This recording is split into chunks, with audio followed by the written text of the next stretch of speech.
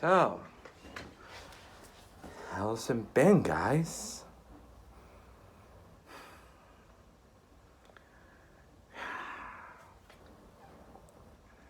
So here we are. I'm trying to process this as much as I can. So that is why you get a layer. So that is why this is getting me put as a layout day video. But here it is. The first two-night edition of Summerslam 2025. I'm Super AA, and I'm here to talk about this show. First off, with night one, like I did with my WrestleMania videos, I will record this and then I will drop this and then immediately record the night two video. So I'm gonna review also that shit. But here to start off night one. And yeah. I feel with SummerSlam 2025, they're trying to make their effort to try to make it their WrestleMania of the summer, and you can pretty much say through how most of that weekend that they were trying to make this the WrestleMania level X show, and especially by making it too nice. But then you also get to the problems when you try to make your big shows, almost every big show, two nights. Because first off, I feel like making this two night show just kind of takes away from WrestleMania a bit, because it's the only event that is two nights. So you kind of take that specialness away. And also come with the problems with a night two is that a lot of these matches just feels filler, and one of the problems is one show gets prioritized over the other. So this means that show, it kind of feels like pre-show level, and this is the most important show because it trumps over the other show. And that's not even me being say I hate this night one SummerSlam show. Far from it. I like certain parts of the show, but there really wasn't too much to look at. It wasn't as bad, I should say, as like WrestleMania night one, but really wasn't too much too right home about until the main event of the show. But yeah, so it's gonna be a problem when you start doing every two night PLEs, I guess. I can pretty much imagine they're gonna do one with the Royal Rumble, and then maybe Survivor Series-ish, I don't know. But yeah, and also, again, this is what I talk about the other month of why I feel WWE fans are feeling burnt out of the product. It's because you are giving them so goddamn much content on PLEs, and frankly, too much PLEs. Because you're gonna end up on a night two Royal Rumble, and then having on a night two WrestleMania, night two SummerSlam, night two Survivor Series. it's just ended up becoming too much. And especially with WWE coming to ESPN, and they're all PLEs are coming to that, that's gonna incentivize, you're going to incentivize the fans to potentially pay for all that content, and all the fans are really gonna realize, ugh, I don't know if I want to spend too much. That's gonna be the conception of the fans. So yeah, I'm not really a fan of, especially Summerslam being a night 2 show. But yeah, let's get on to night 1 SummerSlam. Start off with the OTC 1. What a fucking weird nickname. Roman Reigns and Main Event Jey Uso against the Braun Bros. Braun Breaker and Bronson Reed. Um, uh, like, it's weird when this is the WrestleMania of the summer, and it's kind of crazy how Roman Reigns is opening a Big 4 pay-per-view. Like, he may have entered WrestleMania in the night 1 main event, and this here sounds like he's current championship, but it was the right match. I mean, to open, I didn't see any reason to close this one out because, like,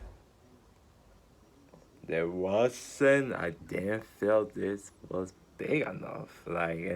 This match was pretty much thrown by the wayside because like we gotta get Roman on the card somehow, and this is what they ended up with. And the match was fine. It was good. I mean, there were some scary spots, some rough looking, where Braun doing his clothesline through the announcer table, and Jey Uso ended up missing that, and Braun landed like right knee on the announcer's table. That was rough. Like you could hear the thud when he made it. So it looked painful. I had to imagine, as he was taped up. He had to be taped up after this, and then Roman came on. He started attacking the Braun Bros, and then he goes for his like, it's like the Undertaker's suicide dive where he jumps out and like he lands on somebody. That he was going for, but unfortunately, he kind of like overshot his target and barely connecting on the Braun Bros and ended up hitting himself, almost laying on the right peg or the right shoulder. Like, I can't imagine Roman looking at that and saying, I'm never doing that shit again. Because that was fucking scary. And, Braun Breaker was just so entertaining in this. Like Roman Reigns, and while mocking Jey Uso, that got at me. And I like the subtle teases of the eventual Roman Reigns Braun Breaker match, as they certainly teased it throughout the match, and was certainly good. And then came the finish when Braun was about to hit the spear on Jay, but then Roman pushed Jay, ends up taking the spear himself, and then Jay hits the spear on Braun, and then he hit the usual splash on Bronson, and Roman and Jay won here. I would like the Brahmas to go over, especially on a show like this. I felt, especially how they close out the Raw go home with that amazing angle, how the Brahmas destroying the shit out of Roman and Jay. I thought they needed, but also that pretty much confirmed when they did that angle. That pretty much confirmed that Roman and Jay were reigning. That pretty much confirmed it.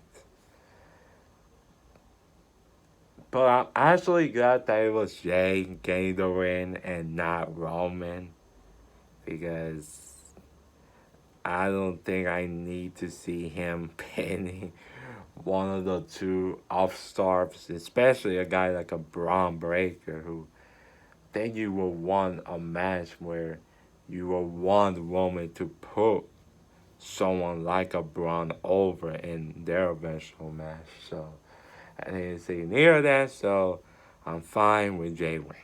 Even if I would have liked to have seen the heels go over him. But it was a fine, good match here. Some scary looking up, but nothing much that I can hate about. This day where it needed to be, I should say. Next match was the women's tag team championship match. You got the defending champions, Roxanne Perez and Raquel Rodriguez, the Judgment Day, against Charlotte Flair and Alexa Bliss. And I looking forward to talk about this just a moment. Like, the match was okay. There was nothing too home right about it. Like, there was nothing too spectacular there, but I like the pairing so much of Alexa Bliss and Charlotte Flair. I think the decision to pair them up has done so much for pretty much both of these ladies. Like, Alexa, like, I feel like has got over in this pairing, and definitely Charlotte has got a lot better appreciate reaction, has a much better desired reaction that they want for the audience since this pairing, from this pairing. Like, like you can see some character development in the Charlotte Flair character. You can starting to see how she's really enjoying this team with Alexa, and you can tell these two, they are having a blast together, and the fans are reacting to that because they're having a blast. And you can see the story play out nicely in this match of how they were in cahoots. They were about to be in the cahoots where they were when Alexa attacked Charlotte, and then they still played off as a team. And then when the finish came and Alexa was about to do her Sister Abigail DDT finisher, Charlotte looked at Alexa for the longest of time, and then big pulled Raquel, and then Alexa hit the finisher for the 1, 2, 3, and new women's tag team champions, Charlotte Flair and Alexa Bliss. I thought they were gonna win, as I predicted my 9-1 prediction base, and I'm glad that they got it. And yeah, this was definitely kind of the right time to put the belts on Charlotte and Alexa, and I can't wait to see what they do. Like, Their pairing reminds me so much like a Teen Hell No, where in some cases it shouldn't have worked, but it did. And that's what this reminds me, because at first I didn't see what was really the purpose of pairing them up, but it has done so much for both of these ladies. And like I said, Alessa has been seen to hit her stride as a babyface, and so much Charlotte Flair has been receiving much better crowd reactions. So yeah, this pair has seemed to done so much for both of these days. So yeah. Next up is Sami Zayn versus Karrion Cross. Ugh, this suck. I'm sorry. This was not good. Like I don't know what happened here, but you can tell something was just off. And yeah, I thought this sucked. Like, I think out of all the matches on SummerSlam, this was probably the worst. Probably the worst match of that whole entire weekend SummerSlam. Like, the crowd couldn't get one single ounce of crap about this.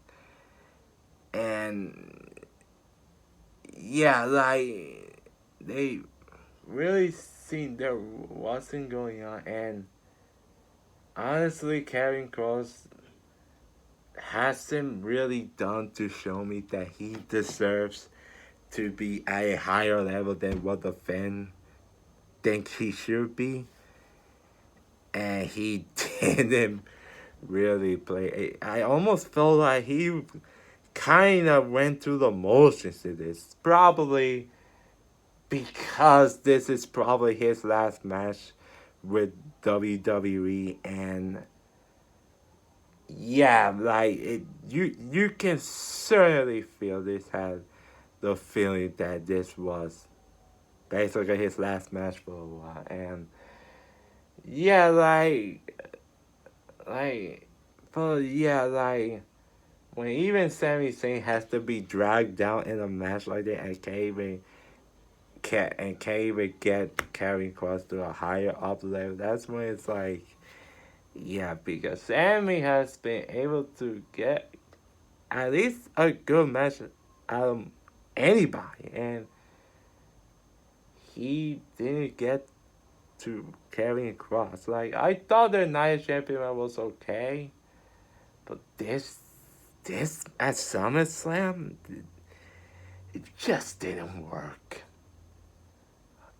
It just didn't work. And yeah, like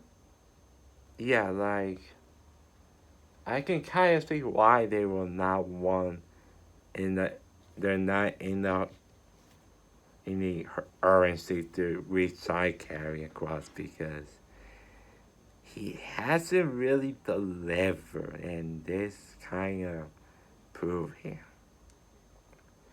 And then this whole story about where the Sami Zayn is in the Royal One, as he was, as Scarlett was trying to get Sami to join the Dodge, like, yeah, you're evil, and then Sami will not relent because he's not evil, and then Sami pick up, will pick up from that and hit the Hurricane carry across to win, to end this mercifully, this match. And yeah, like, again, this was pretty fucking boring.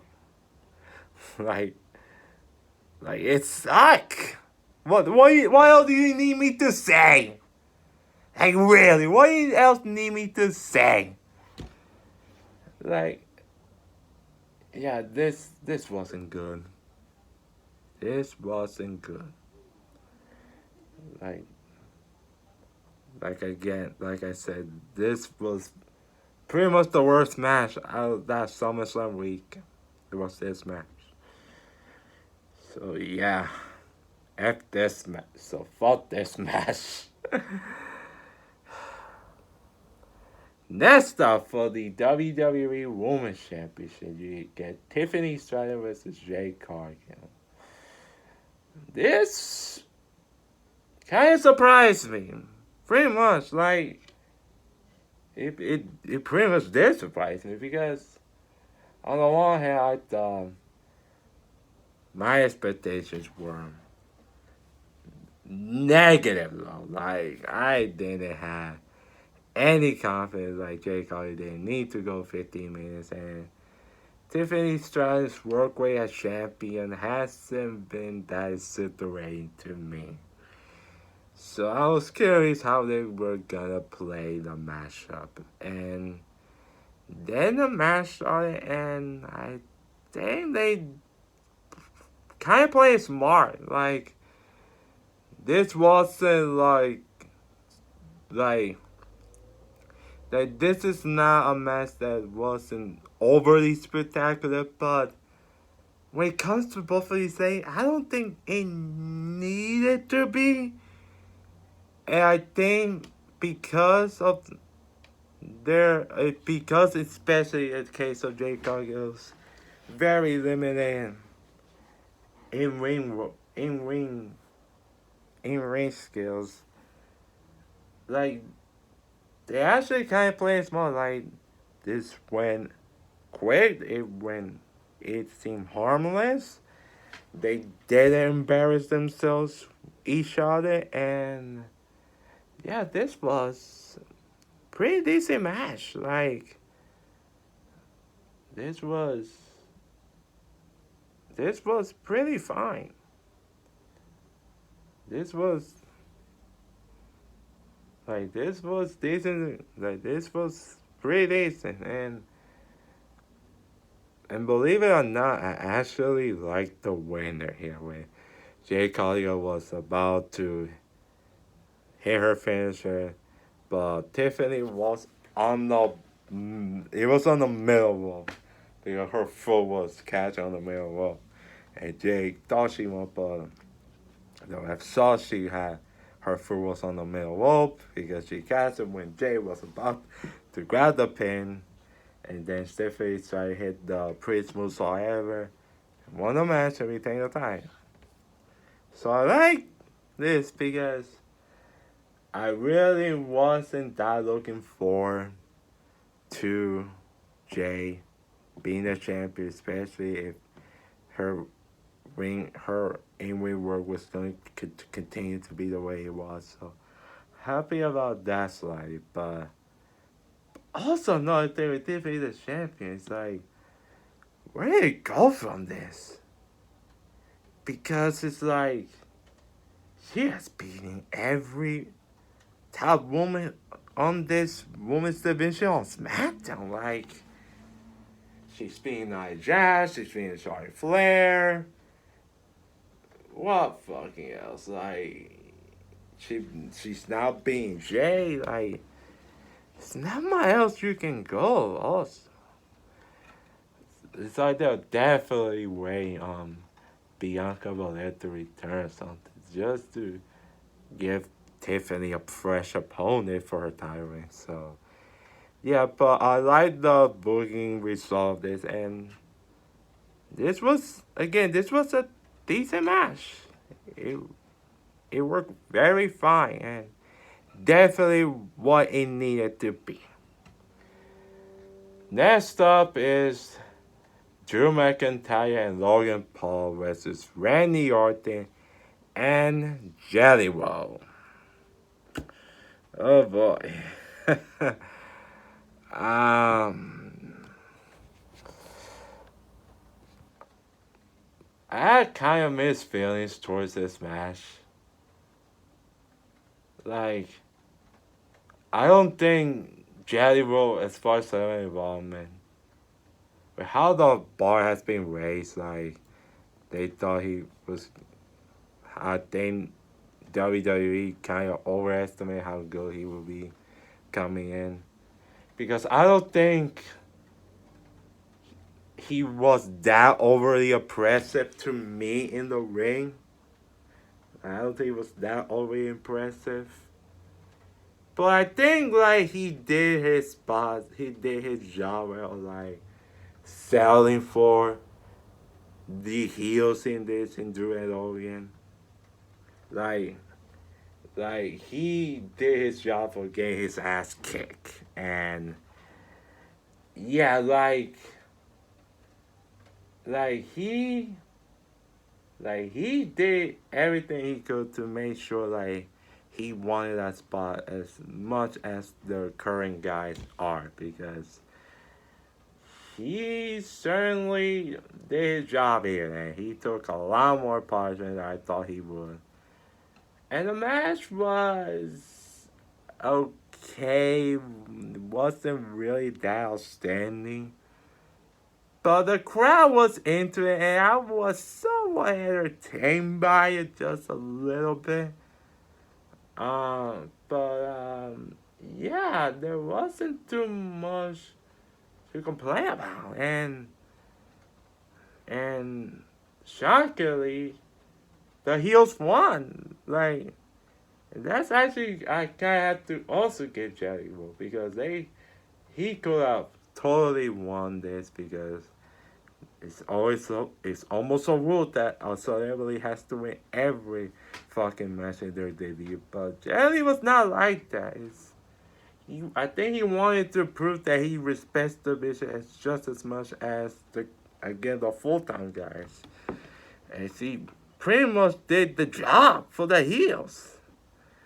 Like that was certainly something. So mega props to Jelly Roll for that. So yeah, good props on that. So Drew McIntyre Logan won here. Drew McIntyre Logan Paul won this match. I thought the spot when Jericho got out of the ring and there was just Drew Logan versus Randy. I thought that was pretty boring because you were just the whole time you were just waiting for Jerry to get in there, but once they got somewhat interesting, so it got interesting. So yeah, and so yeah, the match was just average, but it wasn't, I don't think, too much of a waste of time. Speaking of not wasting time, of not being a colossal waste of time, totally be the opposite of that. It's the main event for the World Heavyweight title. CM Punk challenging against the reigning champion Gunther, the ring general.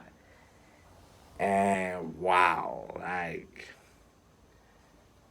I think to summarize this was the most perfect match for CM Punk today, and the best kind of match for a Gunther today. Like with case of CM Punk, like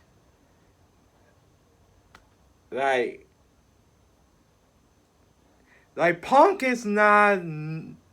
I don't think in his prime necessarily. Like he can still go, but he doesn't have the credits in ring wise like he used to have. So he was able to use his limitations as an in-ring wrestler and potentially his broken and like his and that basically playing the old man veteran here in this man, and he played up to a play up to a T in this match. And Gunther showed why he is called a ring general, like understanding the pace of the match where he needed to be, understanding what kind of match he with a guy that he is in, what story needs to be going in the ring.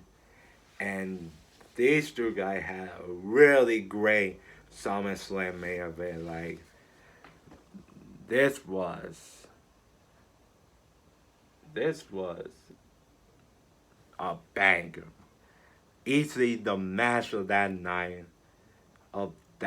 won SummerSlam, and yeah, like this really made night one. Like I love the story here. Like even though it went on kind of too long because it was a point where it was like Punk hasn't gone any offense or gone. He's barely. But I get what the story, what they were trying to tell. They were trying to get CM Punk as warm and as tired as he can be, and Gunther will take advantage of every opportunity he could get. But CM Punk was able to fight back and come back hard and fight hard, and he will take down Gunther. Why when we get down to the ending sequence of the match, where throws Gunther at the announcing table, and Gunther bleed was leaving a pool of his own blood. They got and Gunther really sold that really well, and Punk realized that this was his chance, and I just love the anticipation of knowing the babyface like he's gonna do it, he's gonna do it, and and as a while the crowd rose up to his feet more and more throughout the end sequences, as Gunther was trying to lock in the sleeper hold, but Punk able to fight out of it each and every time, and then Punk hit the GTS boom on Gunther, Gunther stuck, and then Punk pissed off Gunther again, hits another goal to sleep for the 1, 2, 3, and CM Punk is the new world champion. Like, wow. And as he goes on, he's more excited, but he was still living with, he's holding the title, and then burning down hits. Then came Seth Rollins. With the Money in the Bank, with the crushes that he had, the knee injury, supposed knee injury, but the minute you saw him walking there, you knew exactly what it was. Especially of how little they talk about the injury, you know exactly what so far was about to happen. As he took up the crutches off, he took the knee brace off, he rolls down to the ring. Phil, couldn't you have just walked out of the ring like you did Money in the Bank 2011? When you blow the kiss, you kick the Money in the Bank holder, Beto del Crapo, and you ended up leaving? You could have done that. I know he was gone for wrestling for many years, but you would think he would be remembered of it. Like Jesus. But yeah. So Wallace came down. He hit the briefcase on Punk multiple times. He cashes in, hit the curse stomp, and beat CM Punk and screw CM Punk again out of the World Championship. And Seth Rollins is the World Heavyweight Champion, as Braun Breaker and Bronson Reed came out, and they all, Rollins and Heyman, set it down over a defeat of CM Punk. That's how night one is. So they were trying to make, so the story was that Punk was worn and tired. He went through the odds, and Seth Rollins was able to capitalize on it to screw CM Punk again, because he said as many times, as long as he has lungs, CM Punk will never be a world champion. He was kind of gracious enough to let CM Punk hold that title for just a little bit, just so he can swoop in and catch it in. So, yeah, it's kind of hard to review this on like the unpredictability, like the shock factor, because I mean, who who wouldn't saw this one coming? I thought it would have. Like, even though I didn't think it would happen, it was kind of back in my head where I made my Summerslam Night 1 predictions, that I thought the cash in that will happen in this match between CM Punk and Gunther. And I'm kind of glad they did this way where we had a match. It was a tremendous match, CM Punk versus Gunther. And Punk had a moment with all time, and then you pull off a big swerve at the end of the show. And it worked. I will admit, like, I feel because of how memorable the Rollins first cash in was, I felt like it was something that John Pollock said where he, and credit to him, he was the first one to break that this was an angle. That this whole Seth Rollins knee injury was all a story. I felt something that he said when he talked about that angle. I felt because of how memorable Seth Rollins cash in at WrestleMania 10 years ago was, I felt they needed something to be as memorable and as talk about, remember, as that night one, as that WrestleMania 31 was, because you couldn't really have Rollins just have a normal cash in and that be it, because honestly that would kind of defeat the purpose and of us Rollins cash in 2025. And I don't know if it was epic as his first cash in, but I felt they still managed to make it work here as the fans really bought he was. Some fans thought he was really going there. Where this moment came in, it hit hard to the audience, and they definitely made it work. And yeah, so as predictable as you might have seen in many WWE shows in the past, it was done execution wise, it was done very well. That I will say. So that's really what all you gotta talk about SummerSlam Night 1 here. As I thought the show was fine, but again, really wasn't too much from home right about. This really felt like a pre-show to the more important show the other day, which was SummerSlam Night 2. Oh boy, when I get to that, especially when I get to the end, that's gonna be one of the wildest videos I'm probably gonna make, and you're probably gonna get out of me, because I have a lot to say. I gotta get through my chest about the ending, the very end of SummerSlam Night 2. But I will leave it at that. That's gonna be it for my SummerSlam Night 1 video. Like this video if you haven't.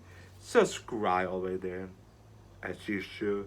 Tell me what you thought about SummerSlam Night 1 in the comment section below. And as always, I'm Jason Maenius, and I approve this message.